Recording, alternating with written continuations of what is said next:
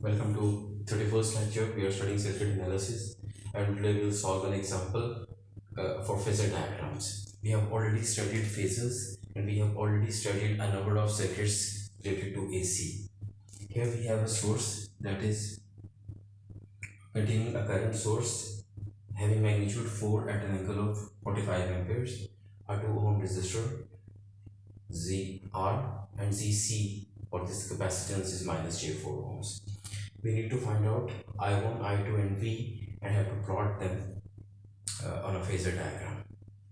So first we will compute I1, I2 and V. To compute I1 and I2, we will apply CDR. CDR is current divider rule. We have already studied current divider rule. I1, want to find out current through this 2 ohm resistor, we will keep this minus J4 in the numerator and the sum of the two in the denominator times the total current 4 at an angle of 45 degrees. So J4 can be written as 4 at an angle of 90.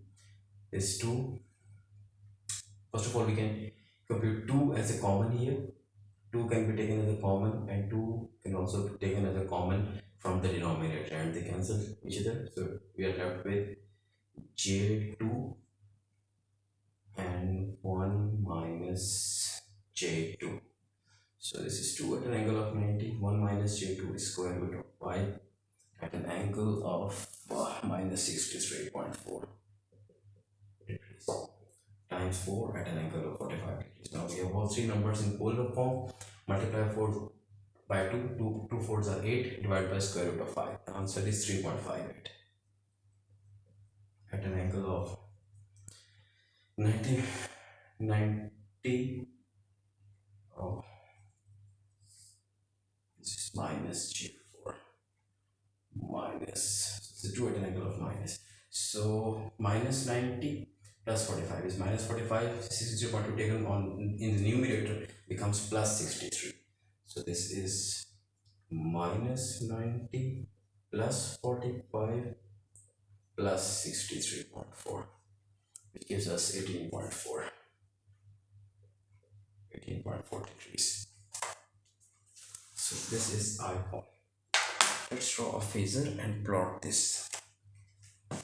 Let's draw a phasor diagram and plot this quantity.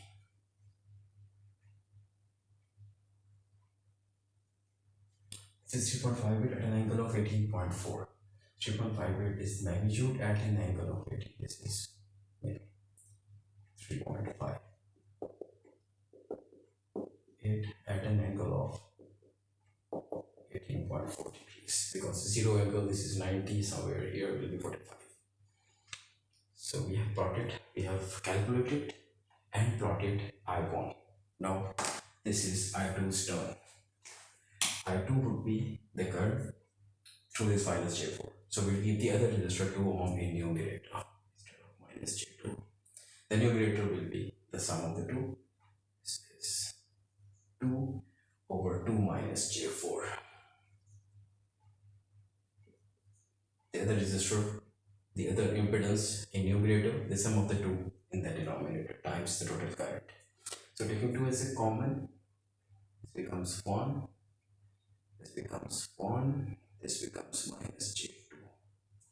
So this numerator is upon 1 minus J2 is our square root of 5 at an angle of minus 63.4 multiplied by this 4.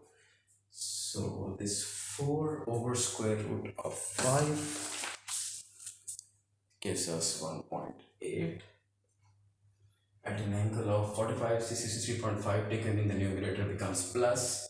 So we have 45 plus 63.4 by 3, 108.4. 108.4 degrees. So now we will plot I2 here having magnitude 1.8, a small magnitude, a very small magnitude. I2 is 108.4 at an angle of 108. So this is 90, this angle is 108.4 degrees. So this is the angle. I2 is 1.8 amperes. This also appears. lastly, we have to find out V, which is the voltage drop across either this 2 ohm resistor or this minus across this minus J4. Since they are in parallel, we can find V by multiplying I1 with 2 or I2 with minus J4. The answer would be the same. So let's find V using Ohm's law. I2 multiplied by minus J4, where I2 is 1.8 at an angle of 108.4. Its minus J4 is 4 at an angle of minus 90. This is 1.8 times 4 is 7.2 at an angle of 108.4 minus 90 is 18.4 degrees. So this V is 7.2 having magnitude 7.2 at the same angle where I1 lies. So we have here V, which is 7.2 volts at the same angle where we have I1. So that's all, and we can plot I is 4 at an angle of 45. Angle of 45 is here, magnitude is 4. So this is I, 4 amperes at an angle of 45 degrees. So this is the complete phasor diagram for this circuit containing I1, I2, and V. And there is a question that why I1 and V are exactly in the same direction. I want you to answer this question on MS Teams. Why I1 and V are in exactly the same direction. So this is my question, and I want my students to answer this question on MS Teams. Thank you.